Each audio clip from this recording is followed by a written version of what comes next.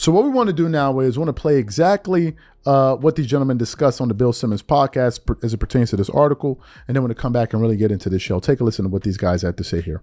And then the second reaction is something you and I've said over the years as we've seen these layoffs and people walk out the door of Bristol is if ESPN doesn't have room for Zach Lowe, who does ESPN have room for? And who do they want in the room? It's kind of the question, isn't it?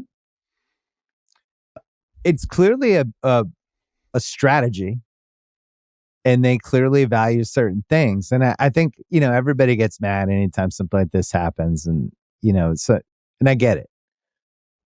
But to me, it's more interesting what the strategy is and what they're thinking and where Zach fit into that. Because obviously, they had an issue with this 10 years ago when I was there. Like, they didn't know how to monetize podcasts. They didn't know how to get real value from them.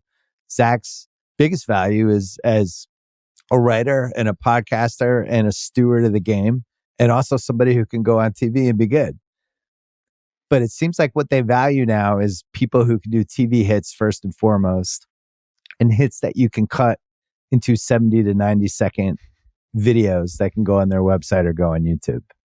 And the better the headline is for those hits, that seems to be where the value is. And I'm not besmirching some of the people that do that stuff. I'm just saying that seems to be how they value it. It's either that or the giant names, which you've covered many times in Ringer pieces, like getting the best possible people to cover a football game, right? Spending money in the high-end talent. I'm sure they're going to bring back Stephen A. Smith. But I think that's what they're becoming. I think what's so fascinating to me is that it's the opposite of where they were 10 years ago, when they seem to try to want to be everything, but also really have, I guess, for lack of a better word, a soul. I'm not sure what the soul is going to be if this is what your strategy is. So you heard what Bill Simmons had to say there. Now, here's what's interesting. Did you guys know Bill Simmons used to work at ESPN, right? And he at times clashed with some of the executives there. Then he went on to start The Ringer, and I think he sold The Ringer for over $100 million, right? And The Ringer is a news publication and an amalgamation of various podcasts. And he was one of the guys that really showed the potential of the independent space, how lucrative podcasts could be. He was one of the guys that figured it out.